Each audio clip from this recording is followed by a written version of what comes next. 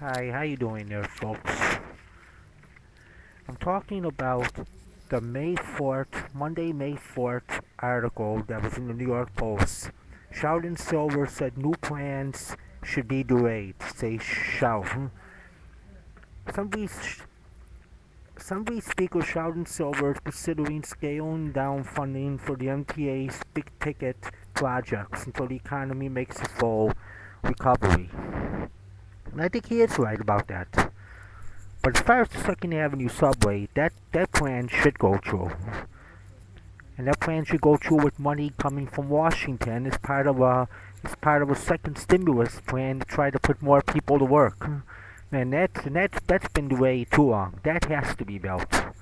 But as far as buying new buses and new subway cars, I think that should be put off. The orders that have already been made, they haven't been built. They have already been started to be built. The orders have already been made. Do them. The orders that haven't been made for new subway cars and buses yet, don't do them. The best thing is rebuild all the old subway cars and all the old buses. They can be rebuilt for $100,000 each. All the RTS buses, all the buses that have been taken out of service, that are sitting in storage over at the East Chester Depot.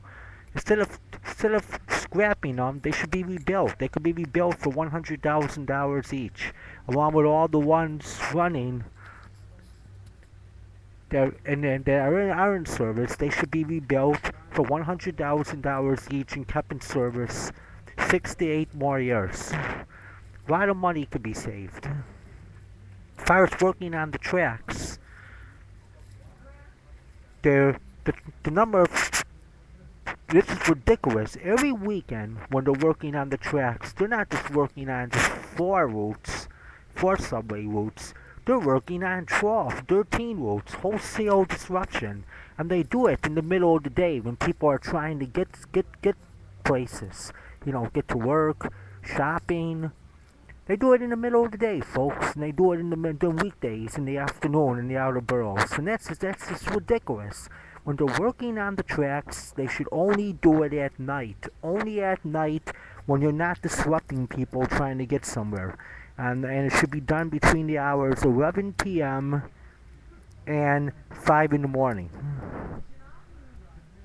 Another thing is, when they're working on the tracks, they should only work on 4 routes at a time. Concentrate all the workers on 4 routes and just get the job done. So no more big work has to be done on subway routes for at least 4 years apart. I was told by someone that switches have to be replaced every 4 years. Another thing, another thing I want to talk about is providing shuttle buses. When they work on the tracks, it's very inconvenient when you have to travel a whole entirely different route to get where you're going because the stations that are being bypassed require that. Like, let's say you're trying to get over to downtown Brooklyn, you're taking the F line. Well, when they're working on when they're working on the tracks, you don't go on the F line. It goes over the A line, and you gotta ride 25 minutes out of your way before it finally gets back on the F line, and then you gotta backtrack.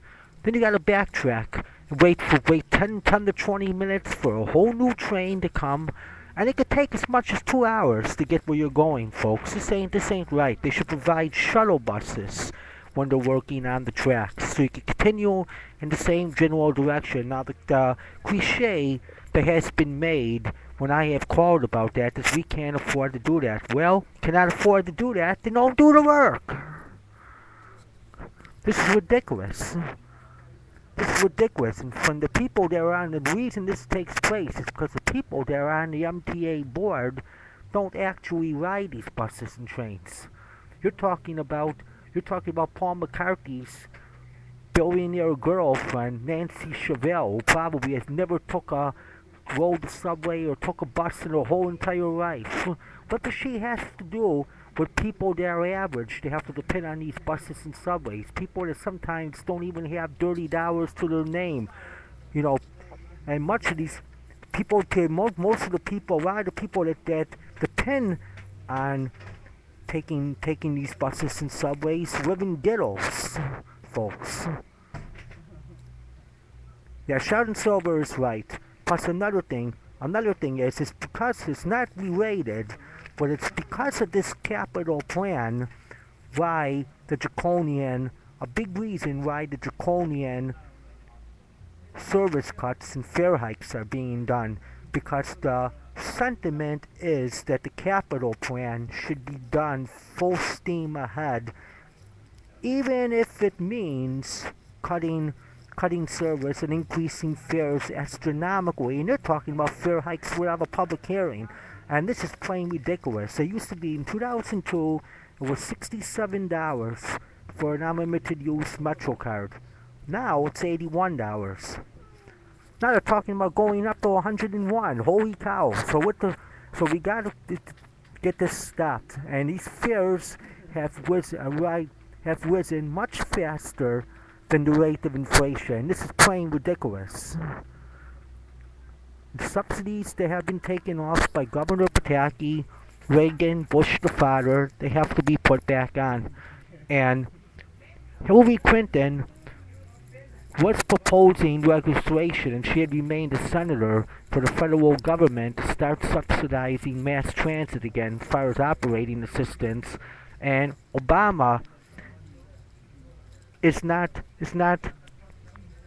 doing that.